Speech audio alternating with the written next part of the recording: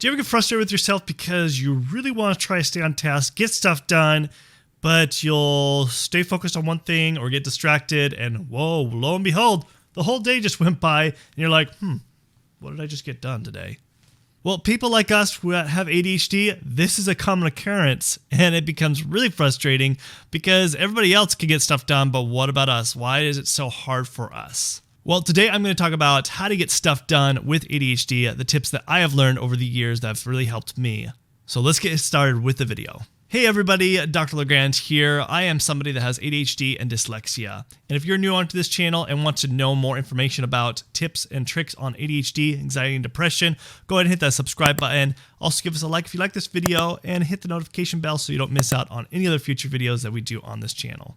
Growing up with ADHD and dyslexia has been a huge challenge, and trying to have time management and just getting stuff done was always a struggle growing up. I remember always being called the daydreamer. I'd always be thinking about things, daydreaming about things, and just the day going by and not getting things done. I also would tend to procrastinate and leave things till the very end and end up just not performing very well when it came to school or other tasks that I had to get done. And this became a common occurrence for me until I started to actually implement and study and even take classes on time management and trying to figure out ways that could work best for me with my ADHD to be able to perform better in school and to be able to get tasks done that I just kept on putting off. So my very simple answer is this guy right here. Yeah, it has a cute little, this is actually a new book that I have. It's a little notebook that I carry in my pocket, or a lot of times I'll actually use my cell phone as a scheduler. And I'm going to go dive into deep detail of what I do specifically with these types of notebooks, or even on your phone to schedule to help you to stay on task as well as just to get stuff done with ADHD. So the very first thing I do when I grab one of these books is that the night before I will schedule every single hour, and sometimes even up to just a very half hour of what I'm going to do. This helps me stay on task, especially if I break it into small chunks like half hour or even 20 minutes. This can help me to be able to give myself time, like, okay, if I'm going to do this task for 20 minutes, that's the time limit I'm going to give myself. When I do this, I actually tend to get more done.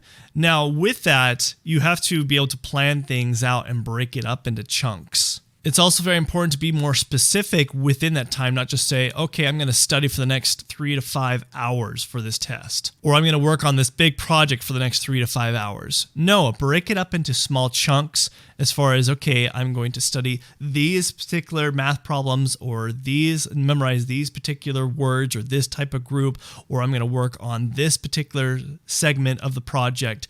Break it up to small chunks because then you can actually do a reward system. So what I mean by a reward system, so once you've done that task for 20, 30 minutes or an hour, you know yourself best of how you can actually long you could do a task for. Everybody is different.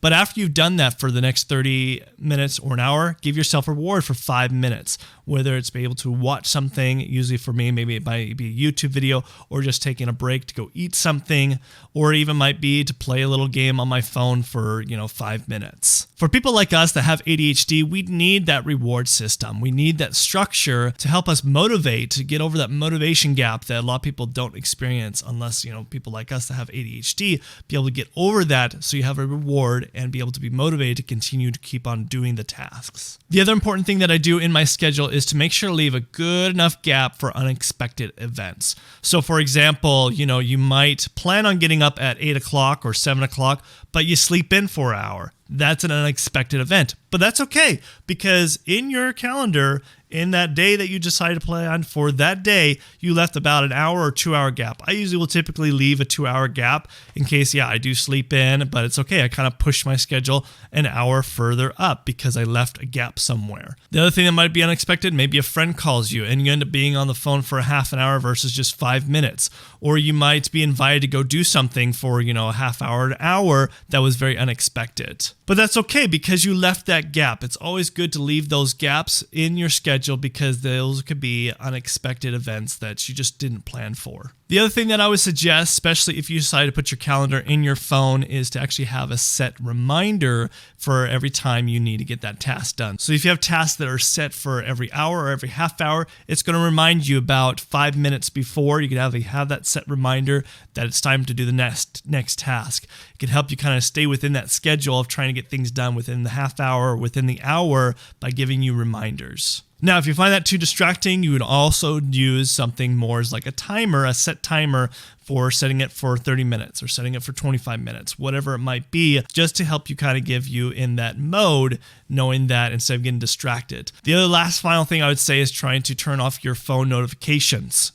Turning those off and not getting distracted while you're trying to get tasks done is going to be really huge for people who have ADHD, because I could get distracted so easily by just this phone because of getting a text message or an email, trying to set those off, or putting your phone in some other room. So I hope this helped you guys as far as what you could do to get stuff done if you have ADHD. Leave in the comment section below if you have any further questions about this. And if you are new on this channel, go ahead and hit that subscribe button for more information about ADHD, anxiety, and depression that we talk about on this channel. And then check out these other videos that we talk about ADHD. Until next time, I will see you guys in the next video. Thanks. Bye.